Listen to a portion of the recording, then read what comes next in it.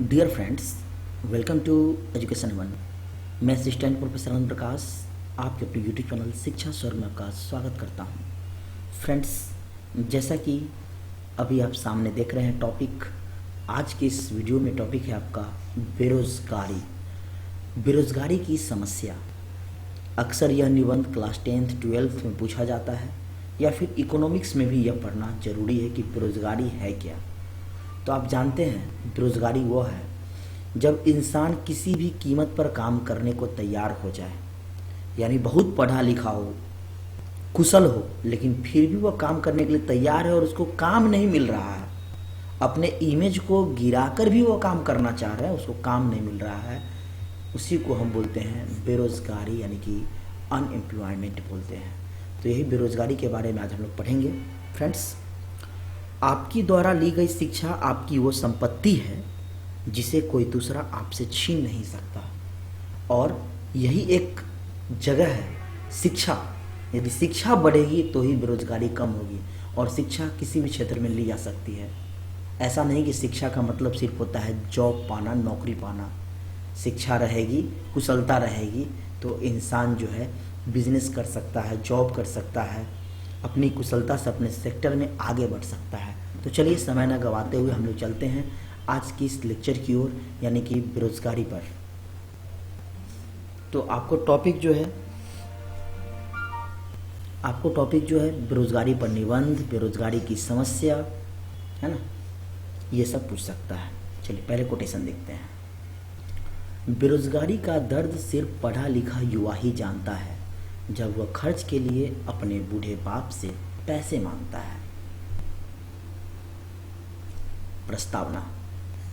किसी भी देश के विकास के लिए बेरोजगारी एक प्रमुख समस्या है जो प्रगति के पथ को रोक देता है। प्रगति यानी कि विकास के रास्ते को रोक देता है। यदि किसी देश में बेरोजगारी ज़्यादा है तो डेफिनेटली वहाँ इनकम कम होगी, और इनकम कम होगी तो वहाँ की अर्थव्यवस्था क्या होगा, गिर जाएगा। बेरोजगारी उन लोगों को कहा जाता है, बेरोजगार उन लोगों को कहा जाता है जो लोग कार्य करने के योग्य होते हैं लेकिन उन्हें कोई काम नहीं मिल पाता है, जिस कारण उन्हें जीवन यापन में कठिनाई होती है। जीवन यापन यहाँ कहने का यह तात्पर्य है कि अपने परिवार चलाने में, जीवन को चलाने में जो है समस्या उत्पन्न होती है, क्योंकि आप जानते हैं हमारी हर एक नीड्स को जो है पैसे पूरा करती है, और यह तब होगा जब इंसान के पास रोजगार होगा, क्योंकि उनके पास पैसे नहीं होते हैं। नेक्स्ट, बेरोजगारी का अर्थ क्या है। किसी देश में बेरोजगारी वह अवस्था है जिसमें देश में बहुत से काम करने योग्य व्यक्ति हैं तथा वे वर्तमान मजदूरी की दर पर काम करने के लिए तैयार हैं, फिर भी उन्हें काम नहीं मिल पा रहा है। यानी कि मान लेते हैं अभी जो है एक मजदूर जो है वह पर डे जो है वह 400 रुपये ले रहा है, लेकिन वो 300 रुपये में भी काम करने को तैयार हो जाए और फिर भी उसे काम नहीं मिल रहा है। वह उस काम को जान रहा है कि हमें वो आता है, फिर भी उसे काम नहीं मिल पा रहा है। इसी बात पर एक अर्थशास्त्री है प्रोफेसर पिगू, उन्होंने कहा है, एक परिभाषा दिया है, एक व्यक्ति तभी बेरोजगार कहलाता है जब उसके पास कार्य नहीं हो और वह रोजगार पाने का इच्छुक हो। नेक्स्ट, बेरोजगारी के प्रकार। बेरोजगारी के कौन कौन से प्रकार हैं? तो बेरोजगारी के प्रकार है आपका मौसमी बेरोजगारी, चक्रीय बेरोजगारी, संरचनात्मक बेरोजगारी, संघर्षात्मक बेरोजगारी, छिपी हुई बेरोजगारी, अर्ध बेरोजगारी। अब ये सब बेरोजगारी आपको मैं यहाँ विस्तार से नहीं बताऊंगा क्योंकि मैं यहाँ आपको निबंध बता रहा हूँ। अब देखिए कुछ बता देता हूँ। ये मौसमी बेरोजगारी। मौसमी बेरोजगारी क्या है? जब इंसान को मौसम के अनुसार जो है काम मिलता हो। जैसे मान लेते हैं पेप्सी, कोल्ड ड्रिंक्स जो है गर्मी में खूब चलता है, 6-7 महीने 8 महीने खूब इसका यूज होता है। उसके बाद जो है कंपनी को क्या है, इसमें मजदूर कम कर लेता है, और जब उसका सीजन आता है, गर्मी का मौसम मार्च अप्रैल शुरू होता है, तो उसको इसमें ज़्यादा लोगों की ज़रूरत होती है। तो इसमें जो है इंसान को 7-8 महीने अच्छे से काम मिल पाता है, 7 से 8 महीने। तो ये हो गया आपका मौसमी बेरोजगारी। एक है छिपी हुई बेरोजगारी, बहुत फेमस है। ये आपको जो है कृषि में नज़र आता है। किसान जो है यह कहता है मैं काम कर रहा हूँ, खेत में जो है मान लेते हैं वो बीज बो दिया, बीज बोने के बाद जो है टोटल प्रक्रिया जब वो कर दिया खेत में, तो उसके बाद उसके पास 7-8 दिन तक कोई काम नहीं होता है खेत में, फिर भी वो घर पे बैठा रहता है और किसान को लगता है हम तो काम कर रहे हैं, हम तो खेती कर रहे हैं। तो यह आपका छिपी हुई बेरोजगारी है, जिसको हम अदृश्य बेरोजगारी भी कहते हैं। अदृश्य बेरोजगारी, जी हाँ, जो कि दिखाई नहीं देता है, और सबसे ज़्यादा यह कृषि के क्षेत्र में होता है। 4 महीने में फसल होता है, तो 4 महीने में काम मुश्किल से 20 से 30 दिनों का होता है, लेकिन लोग उसमें 4 महीने गुजार देते हैं, है ना। मान लो कि आज हमको खेत में जो सिंचाई करना है, पानी पटाना है, तो वो फिर आज पटाने के बाद 5 दिन बाद पटाना है, तो फिर 5 दिन क्या करेगा, इंसान बैठा रह जाता है ना। तो ये छिपी हुई बेरोजगारी है जो दिखाई नहीं देता है। तो चलिए चलते हैं आगे। भारत में बढ़ रहे बेरोजगारी के कारण, क्या कारण है बेरोजगारी का? चलिए, तेजी से बढ़ती हुई जनसंख्या। आप जानते हैं कि जनसंख्या जितनी ज़्यादा होगी उतने ज़्यादा हमारी आवश्यकताएं होगी, उतने ज़्यादा हम पानी का यूज करेंगे, उतने ज़्यादा भोजन का यूज करेंगे, उतने ज़्यादा टेक्नोलॉजी का यूज करेंगे, है ना, उतने ज़्यादा रोजगार चाहिए। तो जनसंख्या सबसे मुख्य समस्या है। कृषि एक मौसमी व्यवसाय, जैसे कि मैंने बताया, कृषि जो है यह भी जो बेरोजगारी के कारण है। हमारे देश में 70% टू एबव लोग जो है कृषि में हैं, और जबकि कृषि जो है इसमें जो है, अब मैंने आपको पीछे बताया, अदृश्य बेरोजगारी छुपी हुई है। संयुक्त परिवार प्रणाली, धीमी आर्थिक विकास, पूंजी की कमी। पूंजी की कमी भी बहुत इंपॉर्टेंट है, क्योंकि किसी भी रोजगार को डेवलप करने के लिए जो है हमें पूंजी की ज़रूरत, कैपिटल की ज़रूरत पड़ती है। और ये जब तक पूंजी नहीं होगा तो किसी भी रोजगार को शुरू नहीं किया जा सकता, स्टार्टअप नहीं किया जा सकता है। तो ये पूंजी की कमी भी एक मुख्य समस्या है। और भी कुछ समस्याओं को देखते हैं। कुटीर व लघु उद्योगों का पतन। आप जानते हैं कि पुराने समय में जो है लोग हाथों वाला काम ज़्यादा करते थे, जैसे घड़ा बनाना, जैसे जो है लोग जो है अपने हाथों से काम जो है बुनना, ये सब करते थे। पहले मशीनी कम और कुटीर उद्योग ज़्यादा था, तो धीरे धीरे कुटीर उद्योग जो है पतन हो गया, तो लोगों के पास छोटे मोटे जो उद्योग था वो खत्म हो गया।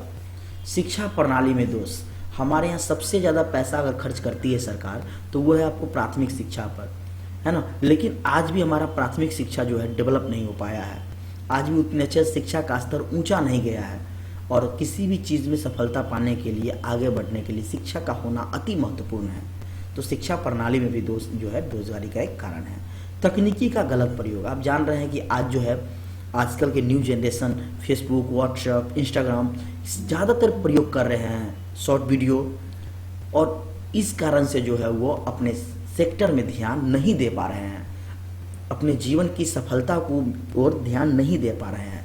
तो तकनीकी बहुत ही फायदेमंद है, लेकिन इसका जो है गलत प्रयोग किया जा रहा है। आजकल के विद्यार्थी जो है उनका पर डे 4 to 5 आवर्स जो है मोबाइल फ़ोन में चला जाता है, कंप्यूटर में चला जाता है, गेमिंग में चला जाता है, शॉर्ट वीडियो देखने में चला जाता है। तो कहीं ना कहीं हम जो है इसका दुरुपयोग कर रहे हैं।